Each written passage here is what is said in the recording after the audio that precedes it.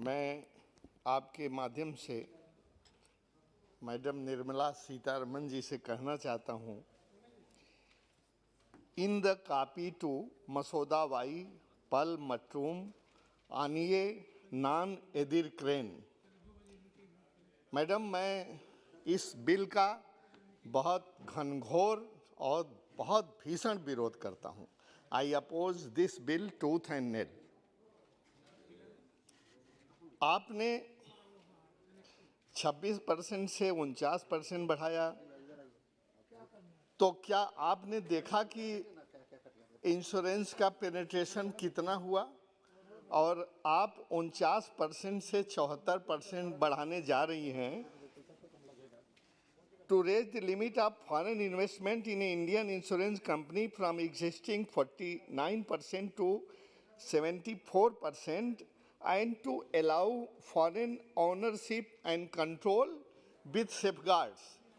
जो आपके safeguards हैं कि 50% इंडिपेंडेंट डायरेक्टर्स होंगे और इतने परसेंट इंडियन डायरेक्टर्स होंगे। इसी तरह के हालात उठे थे जब ईस्ट इंडिया कंपनी हमारे यहाँ बिजनेस करने आई थी, तब भी इंडियन थे, इंडियन ने उनके साथ दिया था। तो this is madam, this is no safeguard. वो हमारे बीमा कंपनियों को हाईजैक कर लेंगे और एक समय आएगा कि देश की तमाम ऑर्गेनाइजेशन पर एफडीआई बढ़ाने से वो विदेशी लोग काबिज होंगे। एक बहुत मैं बेसिक सवाल करता हूं, अगर कोई भी विदेशी कंपनी आती है यहाँ अपना पैसा लगाने के लिए, मान लीजिए कि 1000 करोड़ रुपया किसी इन्वेस्टमेंट करती है, तो वहाँ 1000 करोड़ रुपया वो हमारे देश के लोगों को देने के लिए आती है या कमाती है? In due course of time वो 1000 लगा करके 2000, 3000, 5000, 10,000 कमाएंगे। मैं माननीय अध्यक्ष जी बहुत बेसिक सवाल कर रहा हूं। और फ्यूचर में तमाम सालों के बाद वो हिंदुस्तान का पैसा बाहर ले जाएंगे। मेरा ये कहना है कि जो हिंदुस्तानी इंश्योरेंस कंपनीज हैं उनको थोड़ा मौका दिया जाना चाहिए। यहाँ के लोगों का माइंडसेट है कि धीरे धीरे इंश्योरेंस की तरफ बढ़ते हैं और विदेशी कंपनी आ जाए, और मेरा तो कहना है कि भगवान भी आ जाए तो इतने जल्दी पेनिट्रेशन नहीं बढ़ने वाला है। आपके ही आंकड़े के अनुसार मैं बताता हूं